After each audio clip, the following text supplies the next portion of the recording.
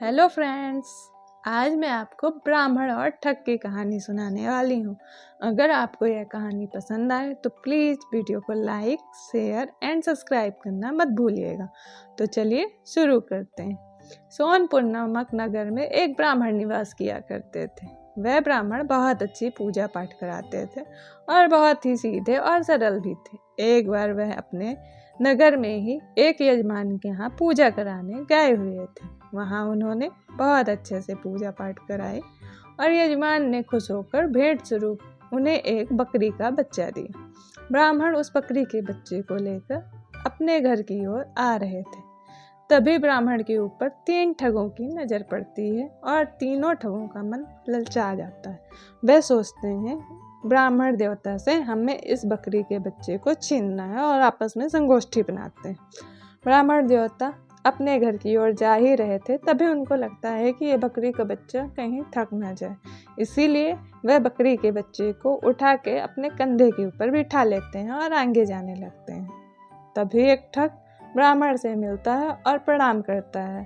प्रणाम करते हुए कहता है, ब्राह्मण देवता आज आप कहाँ जा रहे हैं और ये अपने कंधे में कुत्ते के बच्चे को क्यों बैठा के रखा हुआ है आपने?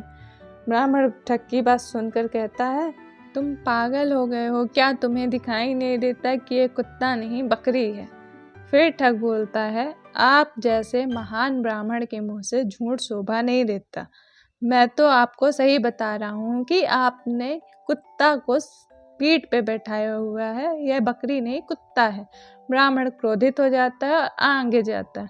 तभी उसे कुछ दूर पर दूसरा ठग मिलता है और कहता है, प्रणाम पंडित जी, आज कुत्ते को लेकर सैर पे कहाँ जा रहे हैं? पंडित जी बोलते हैं, तुम्हें दिखाई नहीं देता, यह कुत्ता नहीं बकरी है।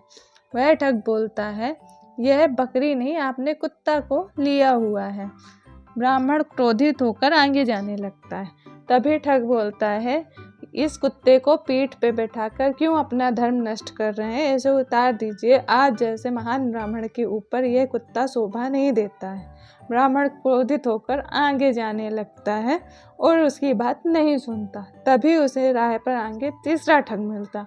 वह भी बोलता है, राम राम पंडित जी, आज कुत्ते को लेकर आप कहाँ जा रहे हैं? और ब्राह्मण अचंभित हो जाता।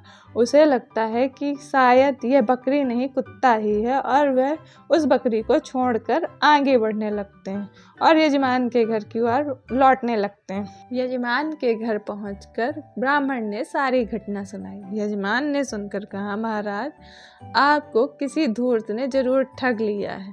वह बकरी का ही बच्चा था, कुत्ता नहीं। भला मैं आपको कुत्ता क्यों दूंगा और कुत्ता देकर मैं अपना धर्म क्यों नष्ट करूंगा? आपको किसी धूर्त ने बहुत बुरी तरह से ठगा है और आप उनके बहकावे में आ गए हैं। और यजमान की बात सुनकर पंडित को अपनी भूल का एहसास हो जाता है। इसीलिए कहा जाता है, आदमी को कभी किसी के बहकावे में नहीं आना चाहिए। उसे सदा अपनी बुद्धि से काम लेना चाहिए।